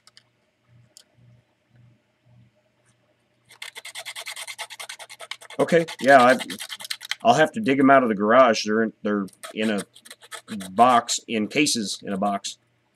But I've got some of the like old school like stuff like the Phoenix Hawk and the Stinger and the Wasp and the original designs, the designs that Ralph Artha got sued over by Harmony Gold. What became known as the Unseen mech. The Marauder 2C. Heck, I even forget the name on some of them now. But yeah, I've got minis that have been out of print for like over 30 years. Yeah, the Warhammer. And the Atlas. The original Atlas isn't even in print anymore, and I've got some of them, the original Atlas, back when it was still tiny, before they made them larger. And I believe they've even changed the sculpt since then on some of their own stuff, like the Mad Cat and things like that. And I've got the original sculpts on all those. Yeah, 300 miniatures, and like I said, even buying new miniatures today is, what, they're $12, $13 a piece. And I've got, like I said, some that the last time I looked, like the Marauder 2C, one of the Unseen mech, was going for like 120 bucks by itself. And I'm like, well, I've got that. I'd like to turn it around and turn it into more 3D printing stuff.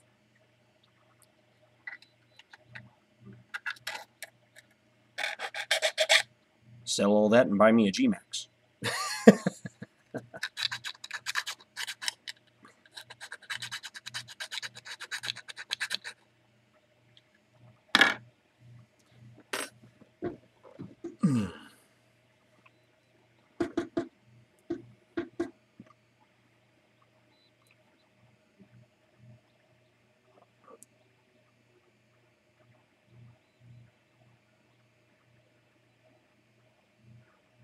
Oh, cool. Yeah.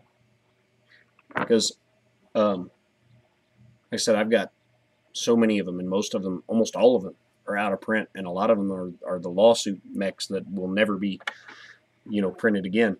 And then I've got a nice, real nice felt game mat that's got the hexes like screen printed on it. It's like got the grass flocking and all that, and I got a whole bunch of terrain and everything too. And all the books from all the tech readouts, all the manuals. I think I've even got the Mech Warrior Mercenaries role playing game books and stuff. All the books that were associated with the stuff back then. But, I haven't. Last time I've touched any of that stuff was, let's see, 2001.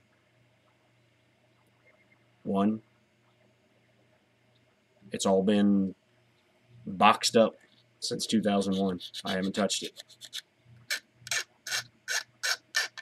And now that I've got a new hobby, 3D printing, if I could turn it in, sell all that stuff and turn it into more money for 3D printing, I would do it in a heartbeat.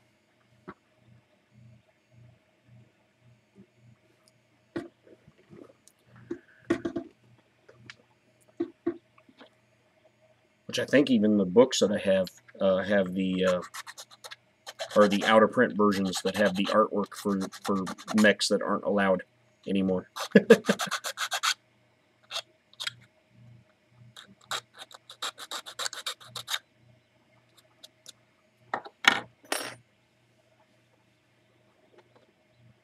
Like I said, there's easily, like, at retail value, and that's paying $10 a mini. That's not including what some of the out of print stuff has become valued at $3,000 worth of stuff. That's if you were just at $10 a mini, which is average price.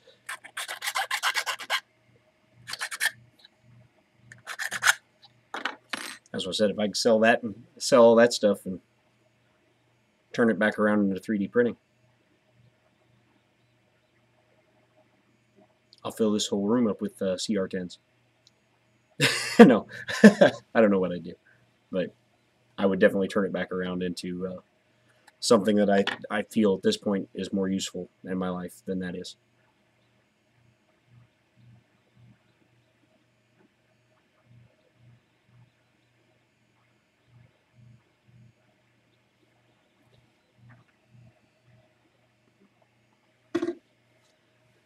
And I know even if it would hurt the overall value I could get, I would certainly be willing to work a better average price just to sell the whole thing as one bundle and not have to hassle with piecing it all out.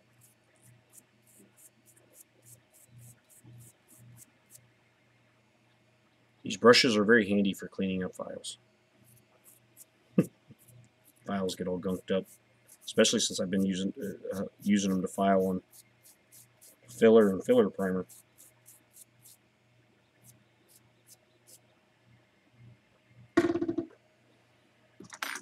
Well, my test hinges are almost done that weren't supposed to print. And I'm not sure how well it's going to work. They look awful thin in one spot. We'll see. The goal was to print these hinges and be able to just cut that spot out and apply them to the current model. And so this is actually something I need to make work. before I can continue with my construction, because the next thing I have to do finish work on is the cab, and I broke the door on the passenger side. So this is an attempt to correct that issue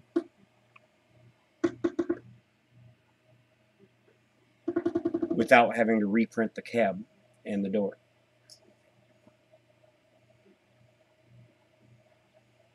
And to also thicken up the hinges while I'm at it, because that's just going to repeat itself.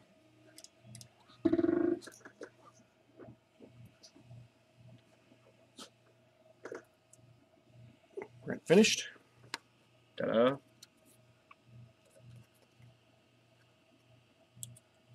Got some stringing going on.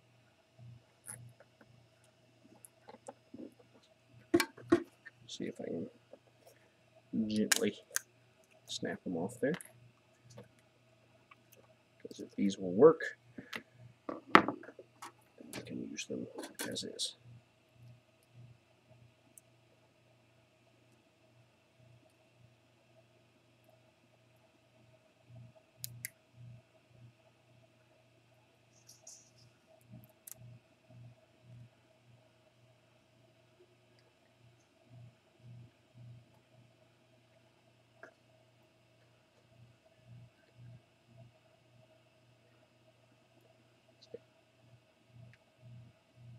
Try to delicately remove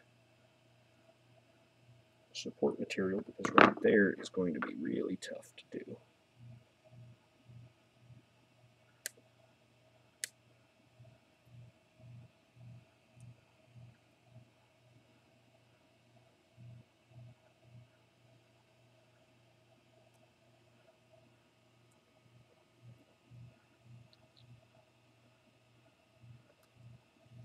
I think I know where that box even is in the garage. I don't know. I'll look for it tomorrow. So I don't have anything that I have to do tomorrow until my live stream, my music live stream at 8 p.m. Other than take my son to school and pick my son up from school. I have that to do. Which I'm so glad this school year is almost over. The school year is almost over. We almost made it through it.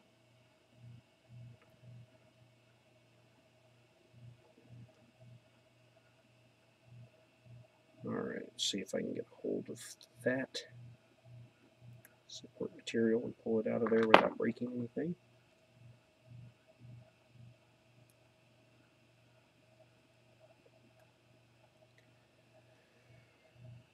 Come on out of there.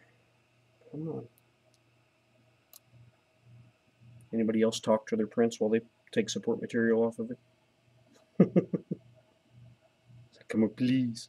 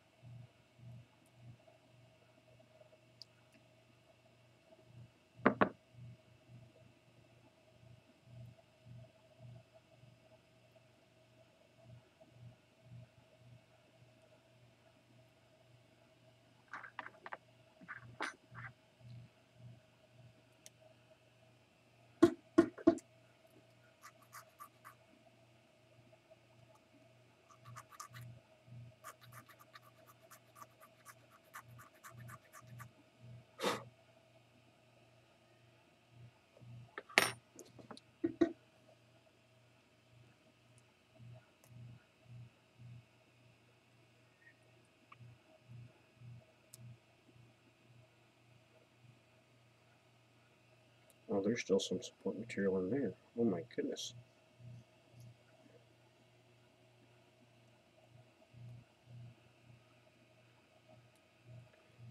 I think that support material might have fused itself to the hinge.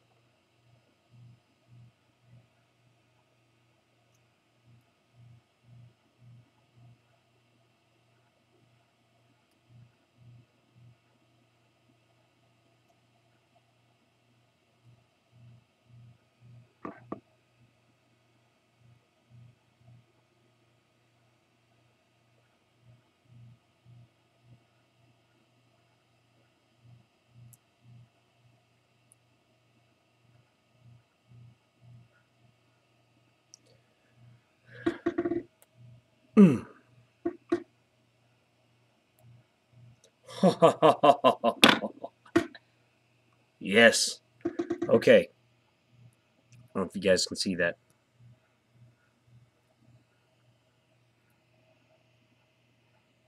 See if I can get it to focus. Anyway, we have a hinge that was printed in place, and it opens and it closes. Just took a while to get the support material separated out of a few of the nooks and crannies. But yeah, here we go. See that? That is the first thing I've ever designed that is articulated but print in place.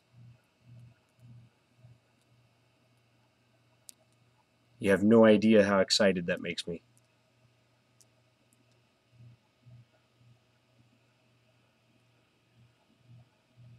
That opens up a world of possibilities if I can master that. So the plan is going to be, so that I don't have to reprint this, I'm going to try to do surgery in which I may not even have to cut it. That'll be nice. The only thing I'll have to cut is the door. I can glue this in right here, and then I'll cut the old hinge piece off the door and glue the door to this flap. And that is my wife. She is home. So that's going to have to wrap it up for this stream, guys. But thanks for stopping in, and keep up with me on Twitter.